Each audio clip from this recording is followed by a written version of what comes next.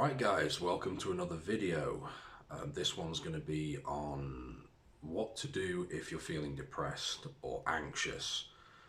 And if you've been following any of my stuff for a while, you know that I'm going to say what not to do. And the first thing you should not do, which is what most people do, is run straight to the doctor and tell them you're feeling depressed, because they will be all too happy to put you on various SSRIs for life.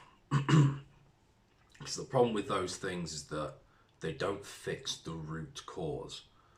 You want to get to the root of the problem first, try and fix it that way, and it ends up being, potentially a lot cheaper, a lot healthier, and then you can go on to achieve big things afterwards.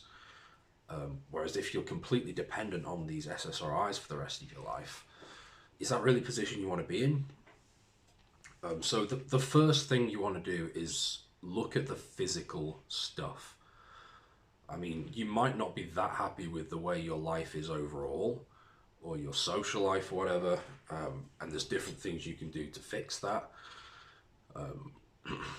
Maybe you're not happy with your work, that kind of thing, but the physical almost always reflects the mental in some way, shape or form. It'll probably show up somewhere. I mean, the brain is a part of your physical body at the end of the day. So the things to test for, obviously testosterone, especially free T. If your test is lower, you're going to feel lower. Basically, that's as simple as it gets. Testosterone is very, very important for your mood, for your energy, feeling good. Depression is just a feeling low. It's difficult to feel low if you've got loads of energy, and that's what testosterone gives you. You've got plenty of stuff going for you, and a lot of it's sexual energy that starts off stored and it ends up building. So that's the first thing to look at, but it's not the only thing to look at. And I've not really gone into much detail on this in my emails or on X, so I'm going to go into a bit more detail here on this video, just for you guys on YouTube. I'm trying to grow this a little bit. So some other things that can affect your brain are going to be thyroid. So if you've got low thyroid, it tends to lead to lower energy and fatigue and feeling worse. That's definitely something to get done in the blood tests. B12, vitamin B12, there tends to be lower levels of this circulating in the blood in people who have depression. So B12, something to look at.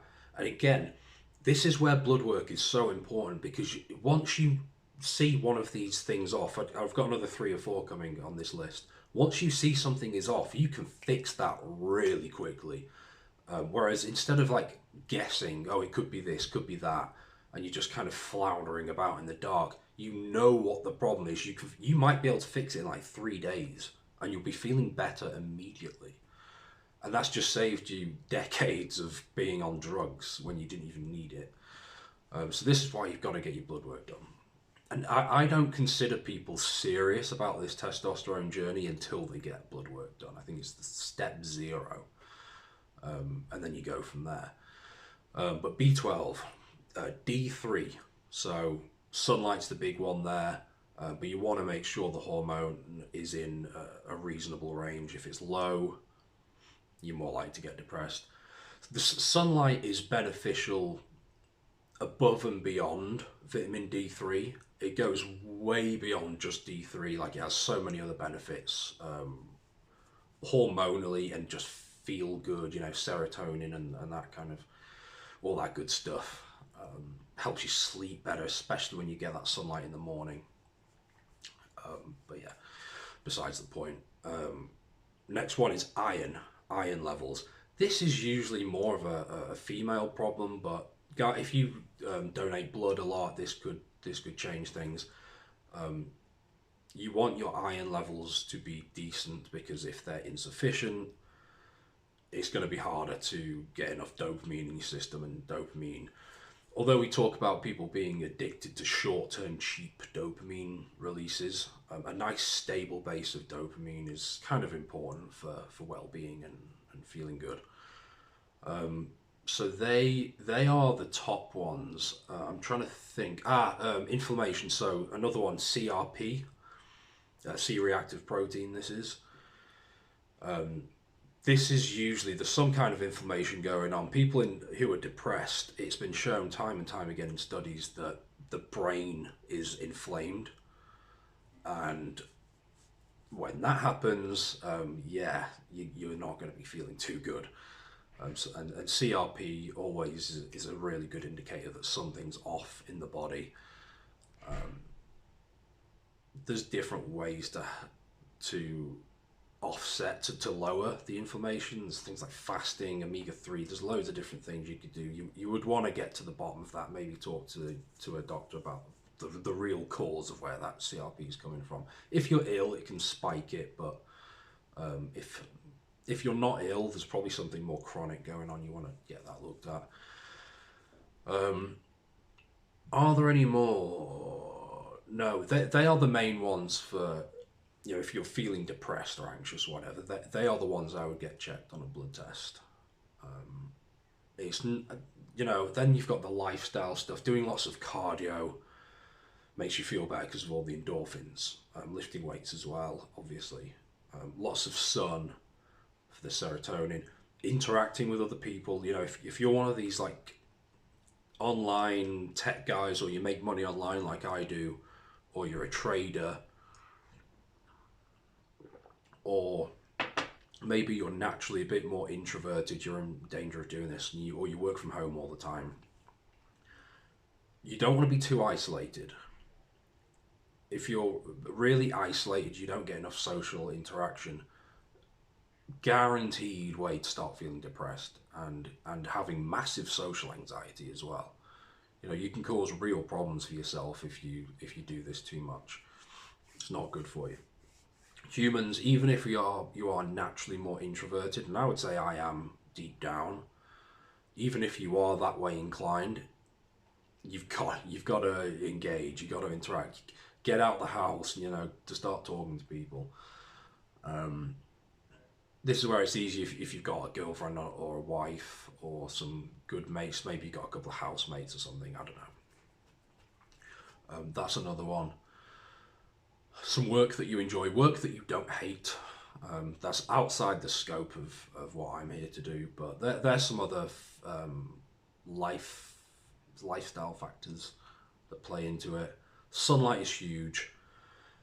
Getting outdoors is probably what you can do there. Obviously, if you live in the UK, like I do, or Scandinavia or Canada, it's going to be a little bit harder. If you're in Australia or San Diego or LA, you're lucky.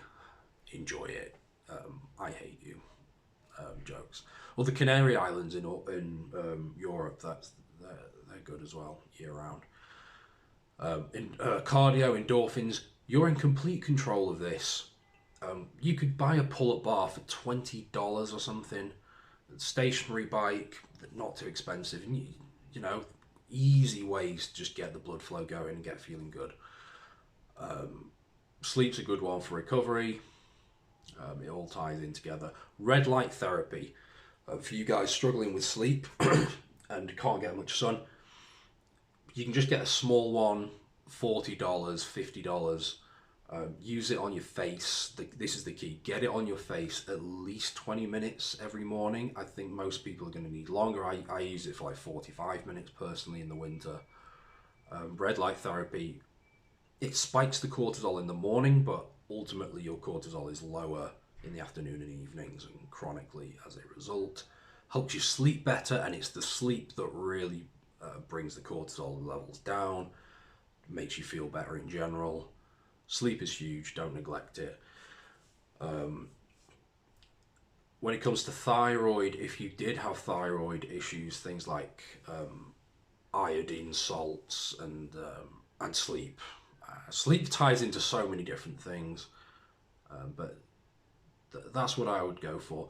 In terms of where to get the blood test done, if you're in the US, a good percentage of people watching this are in the US, Private MD Labs, there's a link, which is an affiliate link in the description.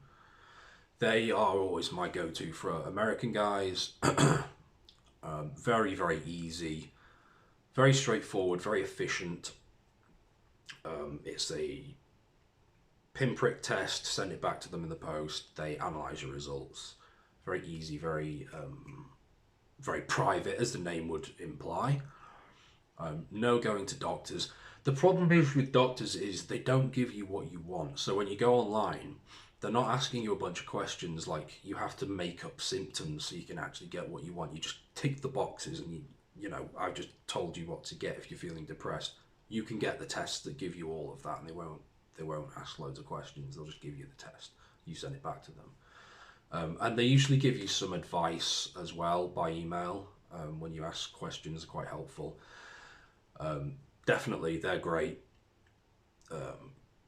If you're in the UK, Optimail is kind of like the British version of them. Very similar service. Great. Those guys are really helpful. Optimail.co.uk, I believe it is. Very affordable as well. The standard tests, I believe, are like £40, and that should do it. That should cover everything I've just given in this video. They are the main two companies. Canadians, you're going to have to look. I don't have any recommendations because I don't think you can get private MD labs. Guys in Europe, same thing, sorry. Hopefully I'll have some recommendations in the future. But yeah, if you want to read more about this kind of topic, I've got some good blog posts in the link below, in the description, sorry. And all my ebooks and programs and meal plans and consulting and everything are down in the description as well. So see you in the next one.